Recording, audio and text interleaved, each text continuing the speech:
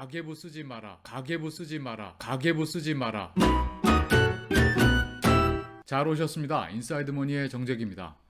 재테크에 관심을 갖기 시작하면 의뢰하는 고민 중 하나가 가계부를 써야 되나 이런 걸 겁니다.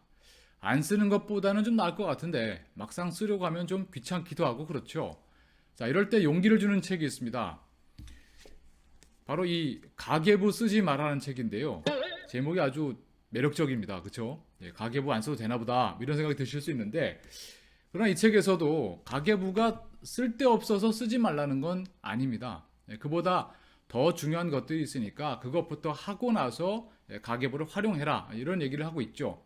자, 오늘은 가계부를 쓸까 말까 고민하시는 분, 또는 쓰다가 포기하신 분, 또는 쓰긴 쓰는데 이거 잘 쓰고 있는지 잘 모르겠다는 분들에게 드리고 싶은 이야기를 나눠보겠습니다. 가계부는요, 팩트를 기록해 놓은 기초 자료입니다. 기초 자료가 없거나 부실하면은 그 다음 단계로 발전하는데 한계가 있겠죠. 그래서 어떤 형태로든 이 자료는 필요합니다. 문제는 어떻게 이 자료를 만들 것이냐 하는 것이죠. 옛날에는 우리 어머니들이 가계부에 정말 깨알같은 글씨로 콩나물 100원 뭐 이런 것들을 적곤 하셨습니다. 그때는 영수증도 없고 카드도 없었던 시절인데 어떻게 그런 걸 다 기록하셨는지 놀랍기만 합니다. 그러나 요즘은 그렇지 않죠. 우리가 벌고 쓰는 모든 돈에 대해서는 어딘가에서 자동으로 기록이 되고 있습니다. 카드 명세서, 통장, 이체 내역, 현금 영수증 이런 것들로 다 남아 있죠. 남은 것은 여기저기 흩어져 있는 이런 기록들을 어떻게 모아서 이해하기 쉽게 정리할 것인가 하는 거죠. 정리하는 방법은 수없이 많지만 일종의 아날로그 방식이라고 할까요? 또는 디지털 방식 또는 온라인 방식으로 나눠볼 수 있겠습니다. 아날로그 방식이라고 하면은 손으로 이제 일일이 다 적는 거죠. 수기로 적는 겁니다. 디지털 방식이라면 아마 엑셀 같은 거 여기에다가 입력을 다 해서 이제 관리하는 것일 테고요. 온라인 방식이라면 이제 가계부 어플을 쓰는 게 대표적입니다. 어떤 방식이든 본인이 쓰기 편하면 그게 제일 좋은 겁니다. 다만 많은 분들이 가계부 쓰기를 망설이거나 실패하는 이유는 기록을 빼먹거나 또는 지속하지 못하기 때문이거든요. 성격이 너무 지나치게 깔끔하신 분들 중에는 매일매일의 기록이 완벽하지 않으면 실패한 거다 이렇게 여기실 수 있는데, 조금 여유를 가지셔도 괜찮습니다. 회사의 재무팀이나 금융회사라면은 1원까지 딱 맞아야 되죠. 하지만 개인 재정에서는 약간의 오차나 누락 큰 문제가 되지는 않습니다. 시쳇말로 감사받을 것도 아니잖아요. 따라서 어떤 완벽함보다는 꾸준함이 훨씬 중요하다고 말씀드리고 싶습니다. 그러나 여전히 가계부 쓰기가 부담이 되고 특히 기록하는 게 힘들다고 말씀하시는 분들이 많이 계신데, 그런 분들에게는 한번 가계부 앱을 써보시면 어떨까 싶습니다. 가계부 앱에도 여러 개가 있는데요. 대표적인 게 뱅크샐러드, 브로콜리, 편한 가계부 같은 것들이 많이 있는데 앞으로도 또 계속 나오고 있습니다. 가계부 앱에서 보면은 내 은행 계좌, 또 카드 이런 것들을 이제 공인인증서로 인증을 다 해서 등록을 해 놓으면 입출금 내역, 카드 사용 내역이 자동으로 그 앱에 기록이 되고 누적이 됩니다. 자, 여기까지는 별 문제가 없는데, 여기서 우리가 할 일은 그 각각의 항목에 대해서 이게 어떤 항목에 대한 것이다. 예를 들면 어디에 썼던 것이 이게 내가 자기계발비로 쓴 것인지 아니면 식비로 쓴 것인지 이런 것들을 이제 구분해 주는 것이죠. 그리고 거기에 필요하다면 구체적인 내역을 이제 입력하도록 하는 것까지는 발전이 되었습니다. 그리고 매달 아주 정기적으로 나가는 지출들 있죠. 그런 것들은 또 이 앱에서 자체적으로 자동으로 반영을 해서 우리가 굳이 다 일일이 모든 걸 다 입력하지 않아도 되도록 해주고 있습니다. 앞으로 더욱 AI 기술이 발전이 된다면 더 편리해지지 않을까 이제 기대도 해봅니다. 사용해 보시면서 자기한테 맞는 앱, 그런 것들 한번 활용해 보시면 좋겠습니다.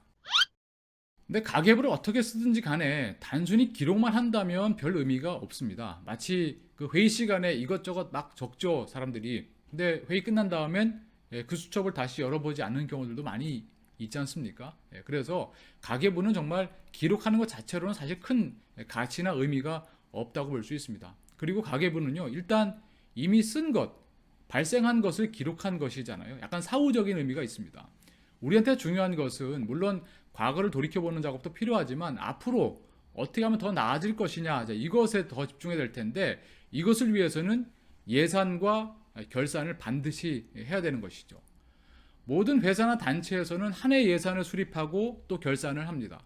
개인도 마찬가지로 한 달의 총 지출액의 어떤 한도를 정해놓고 그 안에서 사용했는지 이런 것들을 한번 결산해보는 작업이 대단히 중요하죠. 그리고 전체 총액뿐만 아니라 세부 항목별로 예산을 정해놔서 그 안에서 초과 지출되거나 또는 절감된 부분에 대해서 한번 살펴보고 왜 그랬는가 이유도 한번 분석해 본다면 이 가계부를 쓰는 것의 어떤 효과를 더욱더 끌어올릴 수가 있습니다.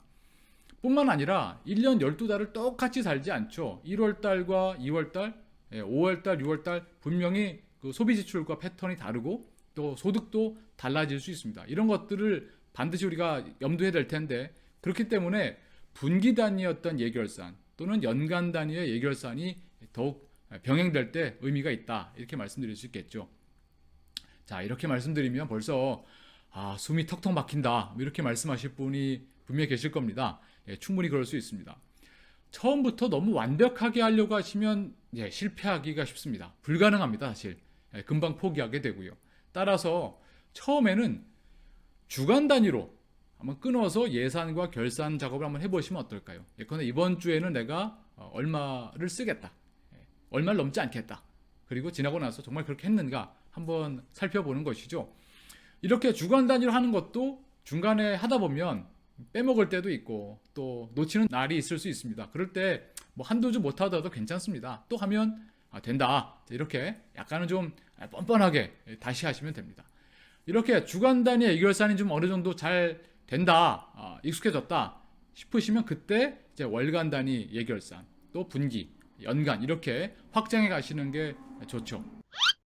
마지막으로 이 가계부를 기록하고 또 리뷰하는 과정에서 필연적으로 불편한 감정들을 만나게 될 겁니다. 아주 자주 만나게 될 겁니다.